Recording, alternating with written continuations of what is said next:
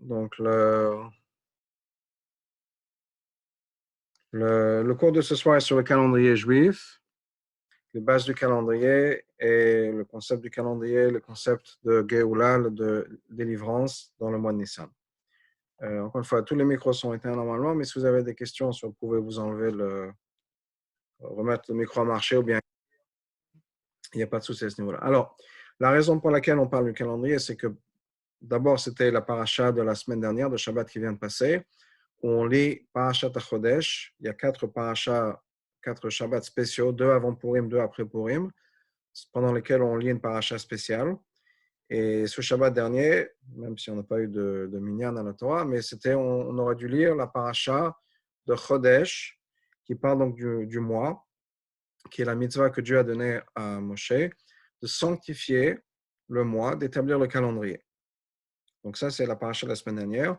Et le mois dont on parle, c'était le mois de Nissan, qui va commencer cette semaine, puisque jeudi, c'est Rosh Chodesh Nissan. Mercredi soir et jeudi, c'est Rosh Chodesh, du mois de Nissan, donc qui commence à ce moment-là. Et c'était le mois dont Dieu parlait à Moshe, en lui disant qu'il fallait qu'il sanctifie le mois et que ça, après, qu'il prépare la sortie d'Égypte, etc. Donc tout ça, ça s'est mis en place à partir de Rosh Chodesh Nissan. Donc c'est pour ça que je voulais parler de ça avant Rosh Chodesh. Et aussi un peu, pas vraiment compenser, si on peut dire, mais pour parler de récupérer un peu les concepts de la paracha dont on avait parlé, on aurait dû lire ça Shabbat dernier. Donc l'idée de Rosh Chodesh et du mois de Nissan qui est le mois donc à venir. Et pour cette paracha-là, donc la paracha elle-même, le texte qu'on aurait dû lire Shabbat, le texte qui parle de cette première mitzvah qui est de sanctifier le mois, qui est en fait la base du calendrier, et quelque chose d'intéressant parce que c'est, d'après Rashi, la première mitzvah de la Torah. Je m'explique. La Torah, comme vous le savez, commence par la création du monde, les 6 jours de création, Shabbat. Après, on a toute l'histoire d'Adam et Ève, Noé, les patriarches, jusqu'à qu'on arrive à l'histoire du peuple juif en Égypte, puis la sortie d'Égypte.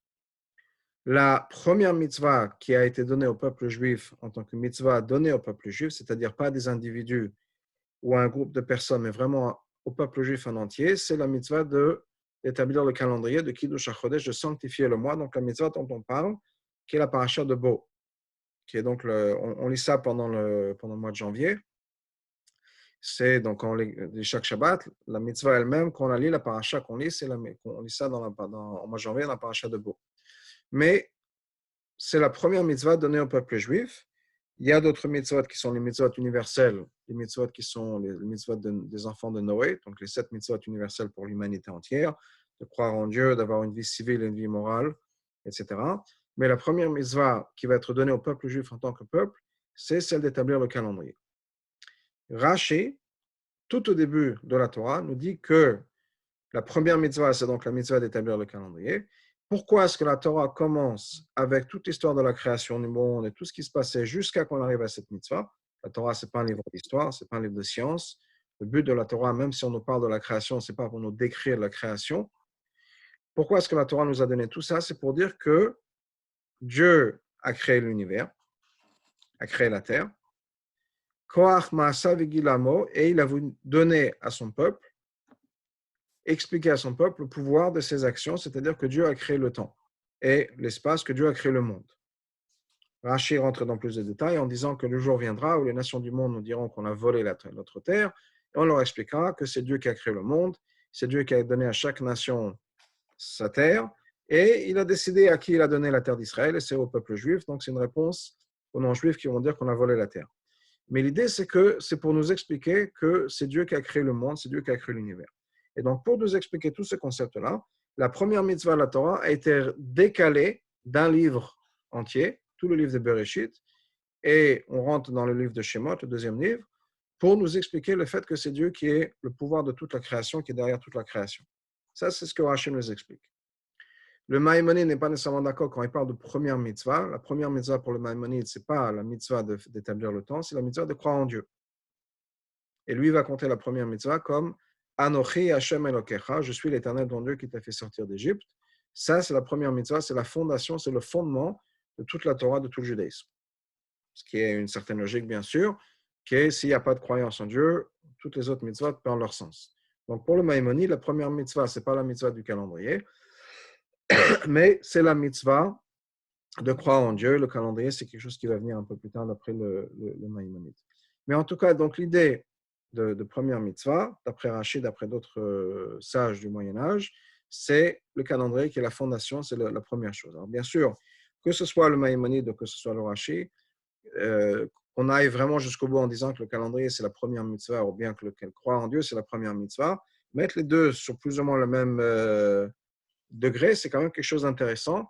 Soit la première mitzvah, c'est croire en Dieu, soit la première mitzvah, c'est d'avoir un calendrier. La juxtaposition est intéressante. Il y a une autre mitzvah dans la Torah d'apprendre une autre manière de compter, mais ce n'est pas spécifique au peuple juif, c'est la mitzvah d'avoir des enfants, de se multiplier, qui a été donnée à Adam et Ève. Ça, c'est la première mitzvah qu'on trouve dans la Torah, mais ce n'est pas spécifique au peuple juif, parce que les nations du monde, le monde entier, a une mitzvah d'avoir des enfants et se multiplier. Donc ça, ce n'est pas quelque chose qui est spécifique au peuple juif. Mais en tout cas, donc, pour revenir à ça, on a ces deux mitzvot-là, ou la mitzvah en particulier du calendrier, qui est une mitzvah fondamentale, la première mitzvah de la Torah. La Torah aurait dû commencer par cette mitzvah. Pour une autre raison importante, la Torah est repoussée, et donc on va rentrer un peu dans ces concepts-là. Le Even Ezra, Avraham Even Ezra, rajoute un point, et il nous dit que pourquoi est-ce que le calendrier, c'est la fondation du judaïsme, c'est la fondation de la Torah, c'est la première mitzvah, parce qu'on se rend compte très rapidement, quand on étudie la Torah, qu'il y a quelque chose de différent, de bizarre par rapport au calendrier. Je m'explique. Dans beaucoup de mitzvot, on a des tas et des tas de lois et de détails qui sont donnés. Par exemple, l'exemple que la Even Ezra nous donne, les lois de la lèpre, Tzarat, on a 2 parachas entières, Tazria et Metzora, qui nous parlent de tous les détails reliés à la lèpre. Quelles sont les différentes couleurs qu'on considère être de la lèpre, comment est-ce qu'on devient pur. Tout le processus, on rentre vraiment dans tous les détails possibles. Le calendrier, on a quelques lignes. Et le Even Ezra nous dit que le calendrier, c'est quelque chose dont on se sert tous les jours, et certainement quand arrivent les fêtes. Donc, même si on ne regarde pas le calendrier tous les jours, mais on a les fêtes de Pessah, et on a toutes les fêtes, tous les mois de Rosh Chodesh, on se sert tous de ça, et pourtant on n'a presque pas de détails, alors que les lois de la lèpre, de la tzarat, c'est quelque chose qui est très limité, c'est uniquement à l'époque du Temple, c'est uniquement certaines personnes qui vont être affectées par ça, certainement pas la majorité du peuple juif, donc, et malgré tout, on a tellement de détails. Donc, clairement, c'est pour nous indiquer qu'on a besoin d'avoir une référence extérieure à la Torah même, dans le sens du calendrier, qui est la tradition orale. Donc, le Even Ezra voit dans cette mitzvah une indication très claire et très réelle qu'on a besoin de se reposer sur la tradition orale, qu'il est impossible d'établir un calendrier basé uniquement sur ce qui est écrit dans la Torah, sur les versets de la Torah. Donc, c'est un des fondements de notre tradition, qu'au-delà de la tradition écrite, de la Torah même, du texte de la Torah, on a une tradition orale. Et donc, le Even Ezra nous dit, c'est pour ça que c'est une mitzvah tellement importante, parce que ça incorpore automatiquement, on est obligé d'arriver à la tradition orale, on ne peut pas s'en sortir sans, et donc c'est quelque chose qu'on a besoin d'établir depuis le départ. Pour revenir, ce n'est pas lié directement, mais il y avait une histoire que la Gemara nous rapporte, il y avait un non-juif qui a voulu se convertir, mais il avait mis une condition, donc il a été voir 2 sages, Hillel et Shammai.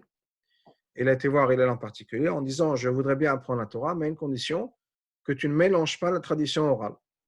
Je vais étudier le texte de la Torah tel qu'il est, sans qu'on m'introduise la tradition orale.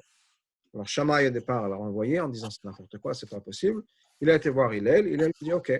Donc ils ont commencé depuis le commencement, Bereshit bara Elokim. Donc ils ont commencé à lire le texte en hébreu, et Hillel lui a expliqué de ce quoi il s'agit. Tout va bien. Le monsieur revient le lendemain pour la deuxième lecture, la deuxième leçon. Et comme vous le savez, dans la Torah, il n'y a pas de voyelle. Donc, Hillel commence à lui lire les mêmes mots, mais en changeant complètement les voyelles, en lisant ça de manière complètement différente. Et ce monsieur est très perturbé en disant, je ne comprends pas, hier vous m'avez dit quelque chose d'autre. Il a dit, oui, mais ça c'était avec la tradition, qui me dit qu'il faut lire ça d'une certaine manière. Mais si on veut faire sans tradition, il n'y a rien qui m'empêche de lire ça de manière différente. Donc, il n'y a pas de voyelle dans le texte en hébreu. Donc aujourd'hui, on va changer, on va lire ça d'une autre manière. Et il s'est rendu compte très vite que sans la tradition orale, on ne peut même pas lire le texte, puisque à chaque fois, on peut mettre des interprétations différentes, on peut lire ce qu'on veut et on change des voyelles. Donc, ça n'a aucun sens d'étudier la Torah sans la tradition. Mais Donc, sans entrer dans cette histoire-là, mais donc le Ben Ezra nous dit que la tradition est importante parce qu'on se rend compte que même le calendrier n'est pas possible sans la tradition qui nous explique comment faire fonctionner le calendrier. Le calendrier juif est quand même très, très sophistiqué, avec beaucoup de détails. On va en parler un petit peu juste sur les grandes lignes du calendrier, mais il y a énormément de détails. Ça fait partie d'ailleurs des lois les plus compliquées dans l'étude. Quand on veut donner un exemple des lois qui sont assez compliquées, c'est justement le calendrier, comment établir le calendrier, parce qu'il y a tellement de choses qu'il faut régler que ça devient compliqué avec toutes les choses à rajouter, à enlever, etc. Alors, juste les fondements du calendrier hébraïque, on reviendra un peu après sur le sens spirituel de ça, mais il y a deux choses qui fonctionnent. La première base, c'est comme Dieu a dit donc à Moshe, Achodesh hazel lachem rosh chodashim. Le calendrier est établi avec des mois. Et les mois sont les mois de la lune. Alors, le mois de la lune, c'est très facile à calculer, c'est-à-dire on voit le début de la lune, on voit la fin de la lune. Quelque chose qui n'existe pas dans les mois de l'année, puisque l'année solaire n'a pas de mois, si on peut dire. Le fait que l'année solaire est divisée en 12 mois, c'est complètement arbitraire. Il n'y a pas de différence entre un mois et l'autre, c'est juste le fait que le soleil tourne autour de la Terre, de notre perspective en tout cas. On voit le soleil qui fait le tour, et on a décidé qu'on va diviser ça en 12. On aurait pu diviser ça en 6, en 16, en 13. Et on a décidé qu'il va y avoir 12 divisions et qu'à chaque fois que le soleil passe d'un endroit à un autre, parmi ces 12 divisions-là, ces degrés, on passe au mois d'après. Mais s'il n'y a pas de raison, si on peut dire, c'est quand c'est arbitraire. Mais par contre, les mois lunaires, oui, c'est un début de la lune qui grandit jusqu'au 15 du mois, et ensuite la lune qui se rapetissait jusqu'à qu'elle disparaisse, et puis après, on a une nouvelle lune. Donc les mois sont quelque chose qui sont, par rapport à la lune, quelque chose de clair et d'évident. Et donc le calendrier se base sur les mois lunaires. Tout va bien pour l'instant. Donc on a 12 mois lunaires, c'est-à-dire 12 changements de lune, 12 nouvelles lunes. Et à la fin de l'année, on a 12 mois, donc on a un an. Le seul problème par rapport à ça, c'est qu'une année lunaire, c'est à peu près 354 jours et demi. Par rapport à l'année solaire qui est 365 jours d'écart, on a à peu près 11 jours d'écart. Donc on a un problème par rapport à ça, qui est que si on ne va pas trouver une solution pour égaliser les deux, c'est-à-dire le 365 jours écart que ça prend pour le soleil de faire une fois le tour de la Terre, par rapport aux 354 jours, on va se retrouver avec un décalage entre les mois lunaires ou l'année lunaire et l'année solaire. Donc, encore une fois, c'est à peu près 11 jours qui font de décalage entre 12 mois lunaires, 12 nouvelles lunes, et 365 jours écart, 365 jours qui sont une révolution solaire autour de la Terre. Donc, on a 11 jours d'écart. Ce n'est pas la fin du monde. Le seul problème, c'est que dans la Torah, on nous dit que Pessah doit toujours se passer Chodesh Aviv pendant le printemps. Pour que Pessah se passe toujours le printemps, il faut que le mois de Nissan, qui est le mois de Pessah, n'avance pas plus que l'équinoxe du printemps. Donc, soit toujours pendant la période qu'on considère être la période du printemps. Le problème, c'est si chaque année lunaire, on a 11 jours d'écart par rapport aux saisons qui sont, elles, basées sur le soleil, c'est qu'après, j'arrondis, après 3 ans, on aura reculé d'un mois. Je dis 3 ans parce que c'est 3 fois 11 jours, donc on a 33 jours. Encore une fois, j'arrondis les chiffres. Ce qui fait qu'après 3 ans, si Pessah, disons, avait commencé le 1er avril, ben, 3 ans plus tard, Pessah sera maintenant le 1er mars. Encore une fois, j'arrondis les chiffres, ce n'est pas des chiffres exacts, mais j'arrondis. Donc, on est maintenant au 1er mars. 3 ans plus tard, on sera au 1er février. 3 ans plus tard, au 1er janvier. Clairement, on n'est plus dans le printemps, on est passé à l'hiver. Donc, tous les 3 ans, on prend un mois d'écart, 33 jours plutôt, ce qui fait qu'après quelques années, on va se retrouver, on va faire le tour de l'année. Donc, Pessah serait des fois au printemps, des fois en hiver, des fois en automne, des fois pendant l'été, et ça va continuer à tourner comme ça. Ce qui est le problème, par exemple, pour les musulmans avec le ramadan, eux ont une année qui ne tient compte que des mois lunaires. Donc, effectivement, ils ont leur calendrier qui fait le tour de l'année. Donc, le ramadan, par exemple, peut se trouver à différents moments de l'année. Parce qu'ils n'ont pas cette encre qui est Pessah au printemps. Eux, effectivement, ils se basent uniquement sur les mois de la lune. 12 mois de lune ont 11 jours de moins que les mois de l'année, que les mois du soleil. Et donc, leur calendrier fait le tour de l'année. Et tous les 3 ans, on a un mois en arrière, on a un mois de décalage. La Torah nous dit de ne pas faire ça, que Pessah doit toujours être au printemps. Donc, on est obligé de trouver un système pour récupérer le décalage. c'est les années dans lesquelles on rajoute un deuxième mois de Hadar. Donc, de temps en temps, on a perdu 33 jours. De temps en temps, on va rajouter 30 jours pour récupérer les 33 qu'on aura perdus. Ce qui fait que maintenant, Pessah est revenu à, disons, la première saison. Maintenant, c'est 33 jours par rapport à 30 jours qu'on aura rajouté. Donc, on a 3 jours de retard, toujours de décalage. Ce qui fait que de temps en temps, au lieu d'attendre 3 ans avant de rajouter un mois, on va attendre 2 ans. Donc, de temps en temps, on aura un deuxième mois de Hadar tous les 3 ans et de temps en temps, ce sera tous les 2 ans.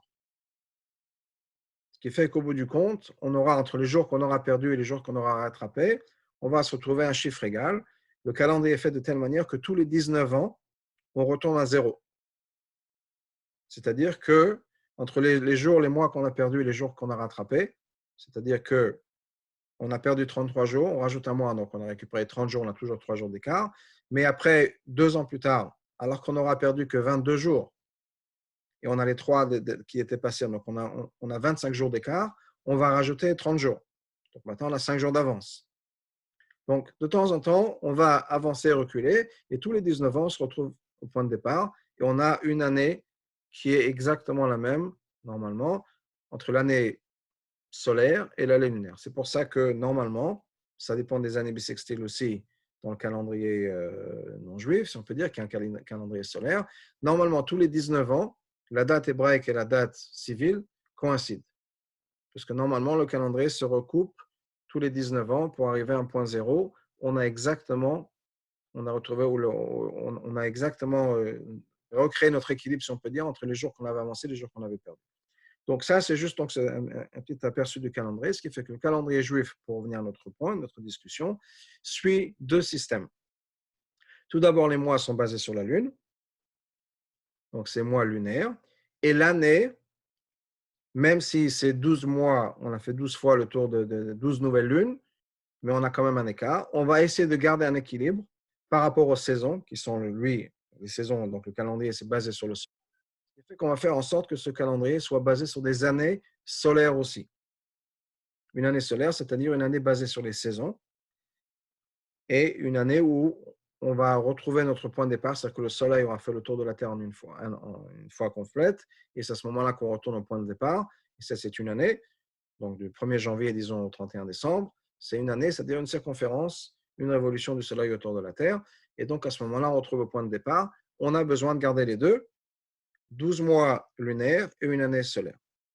C'est vraiment les rudiments du calendrier, comment on calcule le calendrier.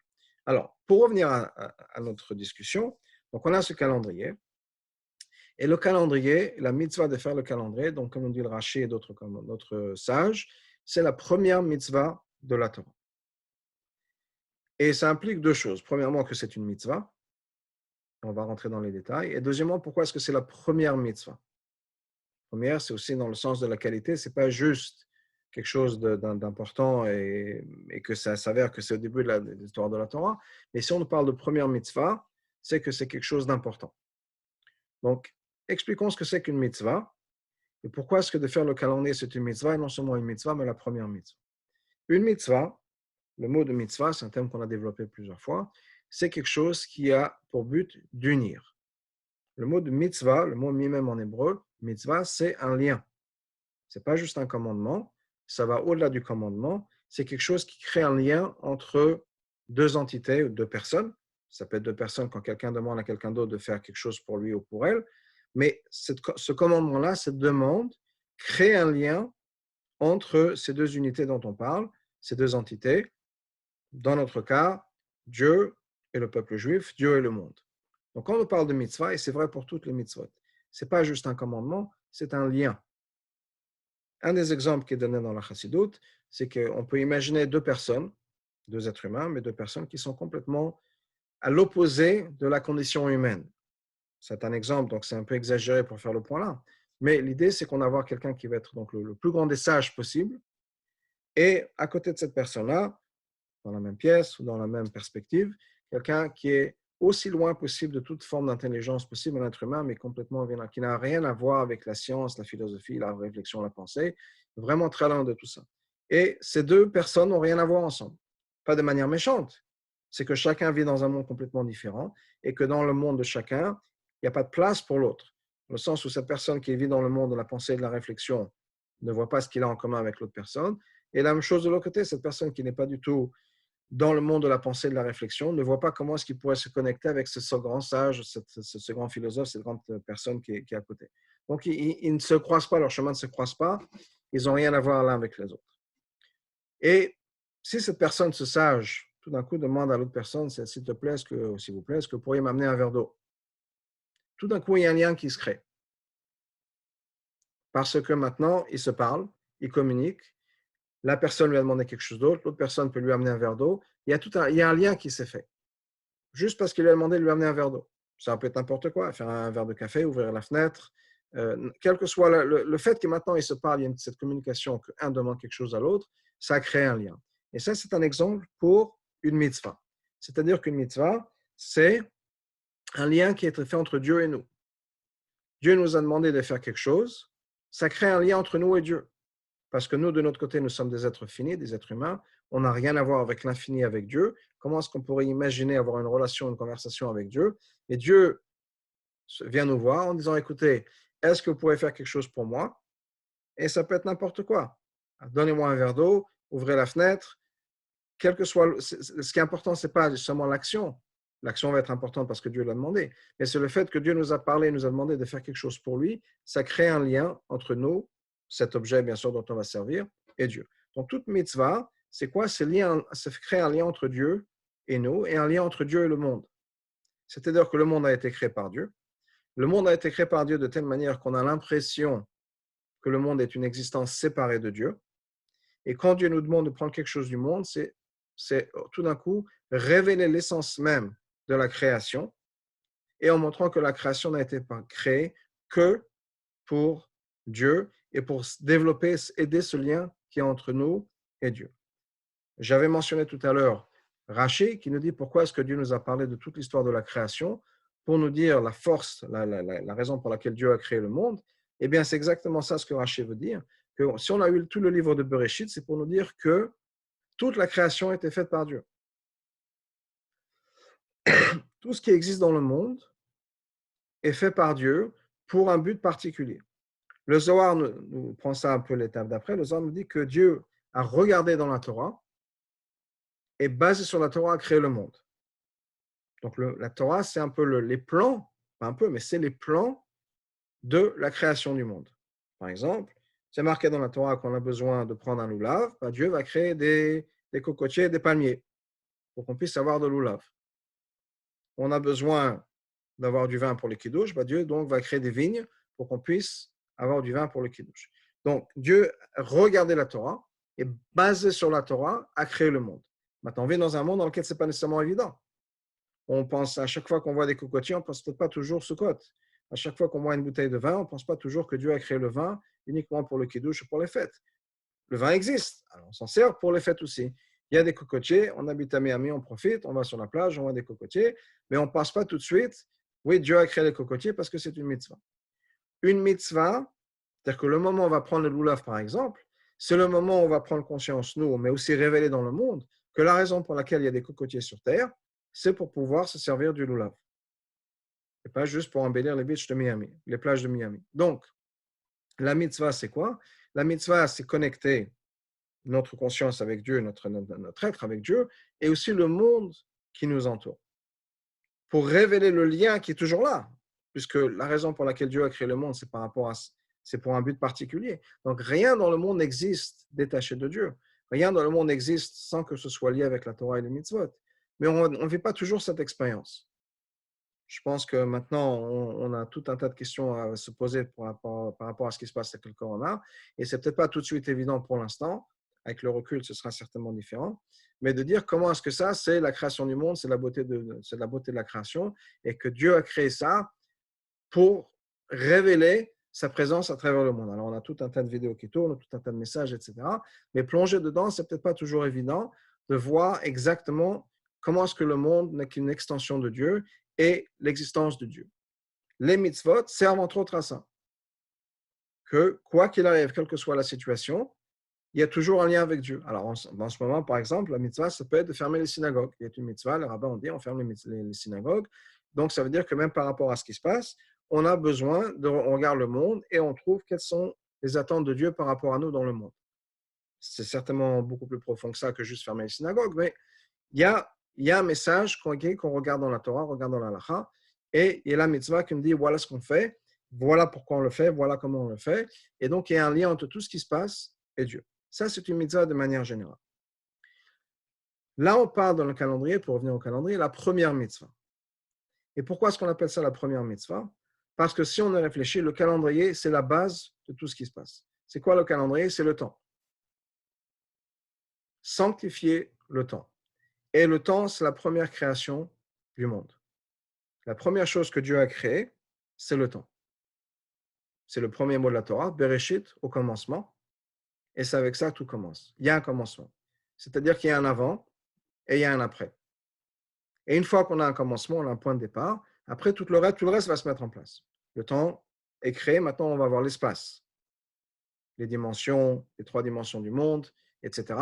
Mais la première création, la première chose qui va être mise en place, à partir de laquelle tout va être bâti, c'est le temps. Une fois qu'on a le temps, on pourra créer l'espace aussi. Et ce sont 2 dimensions qui vont ensemble. Donc, la première mitzvah, comme Rachid nous l'explique, c'est de sanctifier le temps, de montrer que le temps est quelque chose qui lui-même a été créé par Dieu pour un but particulier, et de sanctifier le temps, c'est-à-dire de créer un calendrier, le fait que le calendrier ça fasse partie des mitzvot de la Torah, que c'est la première mitzvah, c'est prendre conscience que tout ce qui se passe dans notre vie, puisque notre vie est sur un espace de temps, est dédié à Dieu et créé par Dieu et pour un but particulier. Donc la première mitzvah, c'est de prendre conscience du temps et de prendre conscience que le temps lui-même, on a besoin de révéler le fait que le temps est quelque chose qui appartient à Dieu et qui a été créé par Dieu pour un but particulier. Et ça, c'est la première mitzvah, qui est donc de montrer comment chaque chose dans notre vie, puisque tout passe, tout existe dans un temps, un espace aussi, bien sûr, mais tout existe dans le temps, notre vie existe dans le temps, l'histoire du monde existe dans le temps. Donc, c'est de prendre conscience que tout ce qui existe, toute la création en entier existe pour révéler la présence de Dieu par l'intermédiaire de la Torah.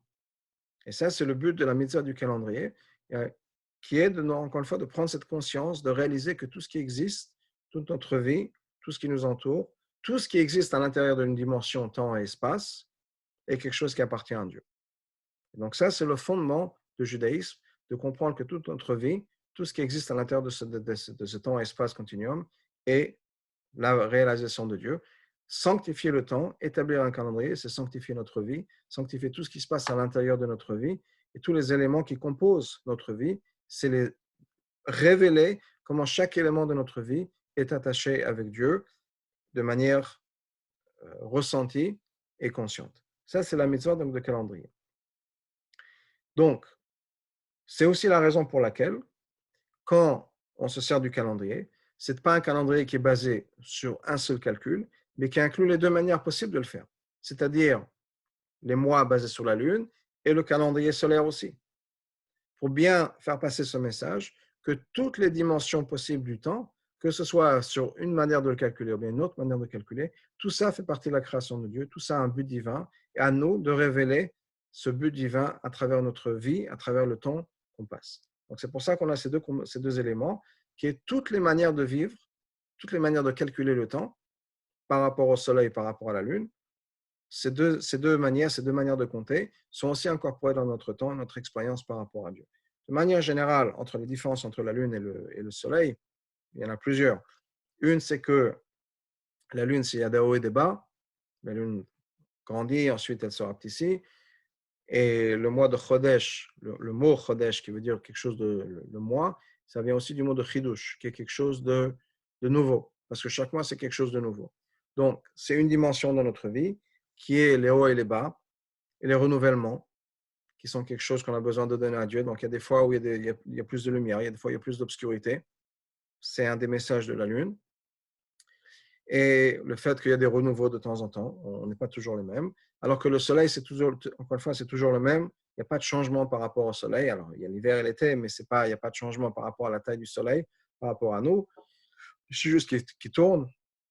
Donc, on a aussi cette idée de Shana, d'uniformité dans notre vie. Quand tout va bien, quand tout est uniforme, on doit incorporer Dieu. Quand il y a des hauts et des bas, on vit dans une période difficile, ça aussi, on doit essayer de trouver Dieu et de chercher Dieu. Il y a des moments où il y a plus de lumière dans la nuit, il y a des moments où il y a moins de lumière dans la nuit, pas de lumière du tout. Quand la lune disparaît, on se retrouve sans lumière du tout pendant la nuit. Malgré tout, pendant ces périodes-là, on a besoin de chercher Dieu et de trouver Dieu et de révéler Dieu, parce que ça fait partie de la mitzvah de calculer le calendrier, en sachant très bien que si on est dans une nuit où il n'y a plus de lune, c'est que le lendemain, ou le surlendemain, ça va être le début d'un renouveau, puisque la lune va revenir. Donc on a toujours tous ces messages-là qui passent. Il y en a d'autres par rapport au symbolisme entre la lumière entre le soleil et la lune, les différences, etc. Le soleil étant l'astre le plus puissant, la lune moins. La lune ne fait que recevoir de la lumière du soleil. Mais notre force, la force du peuple juif, ce n'est pas juste parce qu'on est les plus forts, les plus gros et les plus grands, mais c'est parce que notre humilité est aussi une force, comme la lune. Donc, sans entrer dans toutes ces différences-là, il y a plusieurs messages qui passent, qui est que, quoi qu'il arrive, quelles que soient les situations, tout ça il doit être incorporé dans notre expérience par rapport à Dieu. Et donc ça, c'est le message de ce calendrier. Et donc cette première mitzvah qui est de trouver dans tout notre espace, dans tout notre temps, notre relation par rapport à Dieu et de développer, de sanctifier la relation par rapport à Dieu. J'ajoute un autre point qui est qu'il y a bien sûr un concept de conquérir la terre par d'espace. Les nations conquièrent des espaces, etc. Nous, on a la terre d'Israël, mais il y a un concept aussi de conquérir le temps. Le temps et l'espace vont ensemble. Donc, on a besoin certainement d'avoir cet effort-là de conquérir notre temps. Pour l'instant, il s'avère qu'on est dans une semaine où l'espace est plutôt limité. On ne peut pas trop sortir de chez soi. Mais par contre, c'est le temps qui devient difficile. On ne sait pas comment faire passer le temps. On a trop de temps. On a trop de monde dans ce temps qui est concentré avec tout le monde et les enfants à la maison, etc. On a un problème de temps. Donc, je ne suis pas le prophète de Dieu, mais c'est certainement un effort qu'on a besoin de faire par rapport à cette histoire de temps, qui est donc avant la sortie d'Égypte, puisque c'est la même chose qui s'est passée avant Pessah. Il y a beaucoup de parallèles très intéressants avec notre situation et Pessah. Le fait qu'avant la sortie d'Égypte, il ne fallait pas sortir de la maison, la nuit avant la sortie d'Égypte, là on est tous coincés à la maison.